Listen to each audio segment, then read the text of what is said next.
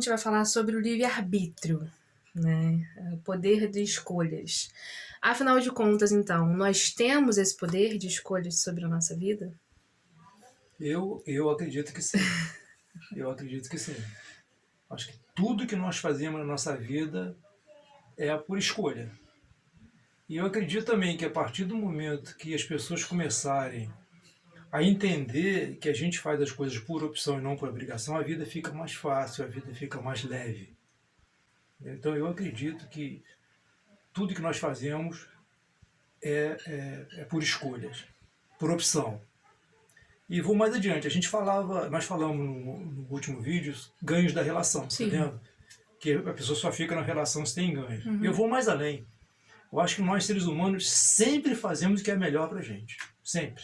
Então, já que a gente tem o livre-arbítrio, e onde entra aí o consciente e o inconsciente? Então, já que às vezes a gente vê pessoas agindo de maneira que parece que tá jogando contra ela. Então, se ela tem esse livre-arbítrio, se ela tem esse poder de escolha, por que ela vai fazer uma atitude que a princípio não é tão legal assim pra ela? Bem, aí a gente tem que... Primeiro vamos entrar então um pouquinho vamos entrar um pouquinho na mente humana, né? Como que a psicanálise vê a mente humana. A psicanálise vê a mente humana dividida em 3 partes. É o consciente, que é esse que te fala, somos nós, é o ego, né? Aquele que vive em sociedade. A gente tem o pré-consciente, que são coisas que não estão momentaneamente na consciência, que pode ser provada agora, te prova agora, pré-consciente. Vou falar uma coisa que você não está nem imaginando. Qual o nome da tua avó? Já veio à mente, não estava pensando. Então era pré-consciente. Né? Posso acessar a qualquer momento. A qualquer momento. E você tem o inconsciente que você não acessa. Né? Não acessa de forma espontânea. Então, se você... Vamos tirar o pré-consciente, que não é tão importante. Nós estamos falando do consciente e do inconsciente. Tá? Então, você vê pessoas presas em situações que ela fala, é mais forte que eu não consigo sair, não consegue sair de uma relação, ela não consegue sair de um trabalho, entende? Não consegue sair de uma situação que ela quer sair, mas não consegue, ela está sendo empurrada pelo inconsciente. E aí onde entra o livre-arbítrio? Então, o inconsciente é de quem? Dela. Tá. E quem recalque? Aí nós temos que voltar a falar do recalque. Né? O que é recalque? Recalque é aquela situação que é insustentável para a pessoa, insuportável, e a pessoa joga para o inconsciente. Quem faz isso? É o ego. Somos nós. Quer dizer, para não sofrer, para não vir à tona aquela situação, a pessoa... Para ela não vivenciar aquela situação, ela joga para o inconsciente. E ali tem todo um trabalho para manter isso recalcado. Só que o recalcado não fica quieto. Ele exige satisfação. As ideias no inconsciente, inclusive, elas se combinam entre elas para exigir uma satisfação. Então, em última análise, o inconsciente é da pessoa e quem fez o recalque foi ela. Então, foi uma escolha, foi uma decisão. Eu não vou viver essa situação, eu vou recalcar. E isso acontece muito na infância, mas não acontece na vida adulta também. Tem situações que você faz de conta que não viu. Tá? Deixa passar. Deixa passar. Isso é recalque. Coisas mais graves, coisas menos graves. Tá? Mas é muito interessante que às vezes eu escuto sempre as pessoas falarem, também já passei por isso. Tá? Eu tenho que trabalhar. Eu tenho que estudar. Meu Deus, eu tenho que cuidar dos meus filhos. Não tem. Peraí. Quem te obriga? Quem me obriga a trabalhar? E se eu falar, não vou trabalhar mais amanhã? Acabou. Mas isso também não entra muito num senso comum de como a gente... Porque a gente vive numa sociedade em que ditam regras pra gente. Né? Então você cresce, você é criança, você tem que estudar, você, depois de uma certa idade, você tem que trabalhar, e se você decidiu, aí também ter uma família, você tem que cuidar dos seus filhos. É como se a gente cresce ouvindo isso, ouvindo essas afirmações e vendo a sociedade agindo assim. Não é também meio que um senso comum, tipo, eu tenho que fazer, porque todo mundo faz, eu tenho que fazer. Bem, a gente já falou muito sobre isso também, que isso é ser social, né? Você, para ser social, você tem que obedecer normas, obedecer leis, obedecer costumes que nem sempre estão no papel. São as normas sociais. Agora, você vive em sociedade porque você quer também, ué. Por que tu não vai lá para a Amazônia, lá para o meio do mato, se afunda na floresta e vai lá viver isolado? Então, viver em sociedade agora... É óbvio que nós estamos falando, sim, eu não gosto de usar o termo normal para pessoas, porque aí nós teríamos que definir o que é normal. Mas vamos definir isso como assim, pessoas que querem viver em sociedade, que conseguem se inserir e viver em sociedade. Então nós estamos falando desse tipo de pessoa, nós não estamos falando de crianças, nós não estamos falando de pessoas com debilidade mental, e nem estamos falando de abuso físico, né? Eu te trancar dentro de casa e te obrigar a fazer isso. Não estamos falando disso, estamos falando de uma vida social. Tá? Você, quando criança, realmente você obedece. Sim. Porque tem algo muito mais poderoso que você, que são os seus pais, seus tios, os adultos. Uma criança é algo pequeno, um adulto, como vai enfrentar? Mas a partir do momento que essa criança se torna um adulto, ela começa a ter opções. Tá? Ela pode ir... E acontece na adolescência, né? Até a adolescência, normalmente a criança faz tudo que a gente manda. Depois começa a ter as escolhas. A ter escolhas. Isso eu não quero, isso eu não gosto. A ter escolhas. Então, quando você leva assim, meu Deus, eu tenho que trabalhar, eu tenho que cuidar dos meus filhos, eu tenho que cuidar da minha família, isso vira um fardo, vira um peso. Se você começar a olhar, eu sempre falo, aqui não tem aula de psicanálise, não tenho formação para dar aula de psicanálise. Eu tento trazer algumas experiências que, de repente, chamam a atenção de algumas pessoas para algumas coisas. Então, se você fala assim, não, eu não tenho que trabalhar, eu trabalho porque eu quero. Porque eu quero ter uma casa, eu quero ter uma família, eu quero ter algum dinheiro, eu quero ter um carro, mas eu quero. Eu tenho que sustentar os meus filhos? Não, não tenho. Eu quero sustentar os meus filhos. Eu quero dar uma boa vida para os meus filhos. Então é quase relembrando o vídeo passado. Eu escolho isso porque eu vou ter um ganho com isso. Mas é claro. E o cara que se embebeda, que se droga, ele está fazendo o que é melhor? Para ele, sim. Um cara, quando ele vai para a droga, é porque é o melhor caminho que ele encontrou naquele momento sobre a ótica dele. Porque você muitas vezes está em uma situação que naquele momento você só consegue ver isso, então é o melhor. Então o drogado, o alcoólatra, entendeu?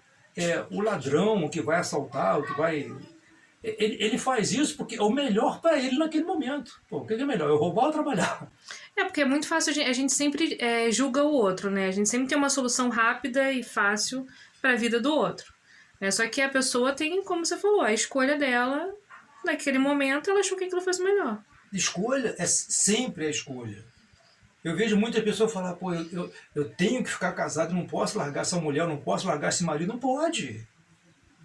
Eu não posso largar esse emprego. Pode. E por que a gente tende a fazer essas reclamações? Por que a gente tende a sempre arrastar corrente com certas situações que foram escolhas nossas? Então, aí tem dois aspectos, tá? Primeiro é o inconsciente, tá?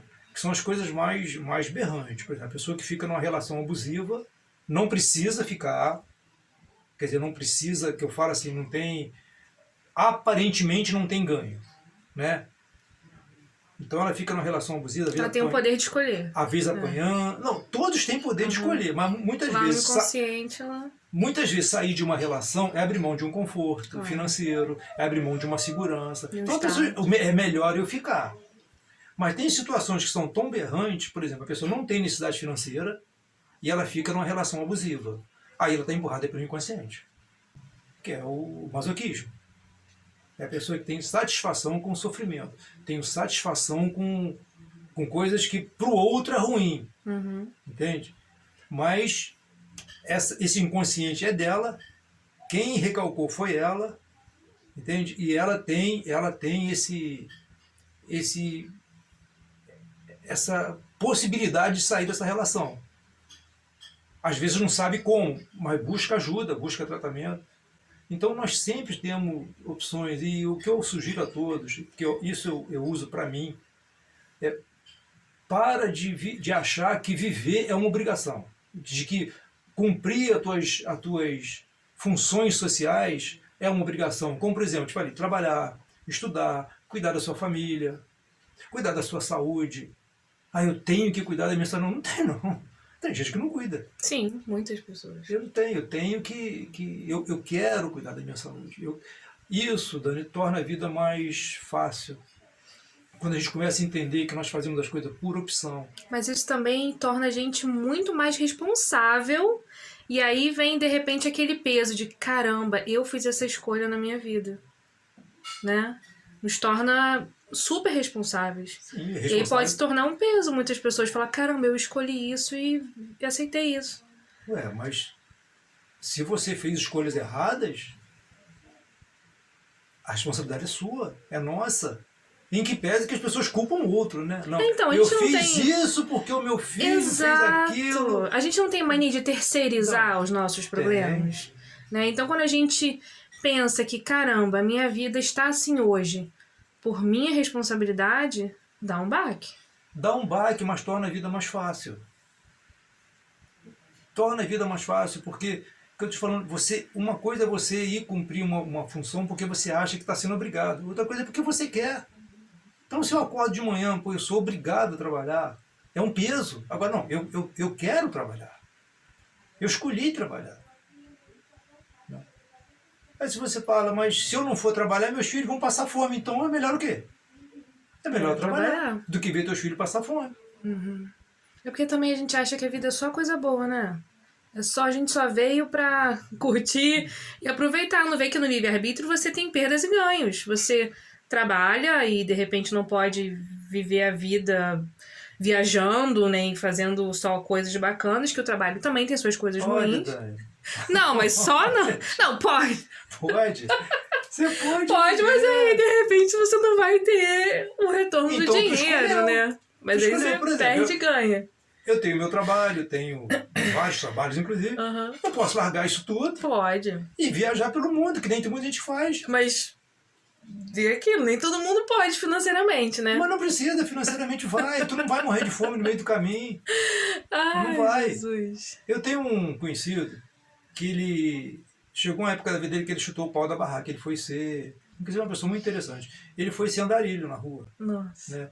E quando ele passou lá, sei lá, décadas como andarilho, e ele voltou, eu já estava fazendo faculdade, e ele para mim foi um objeto de estudo.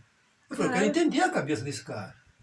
E eu perguntava para ele, fulano, me diz uma coisa, você largou tudo, foi para a rua, virou andarilho, virou mendigo, não passa fome? Ele falou, não. Não passa necessidade? Não passa fome. Todo dia tem sopão à noite, comida. É roupa.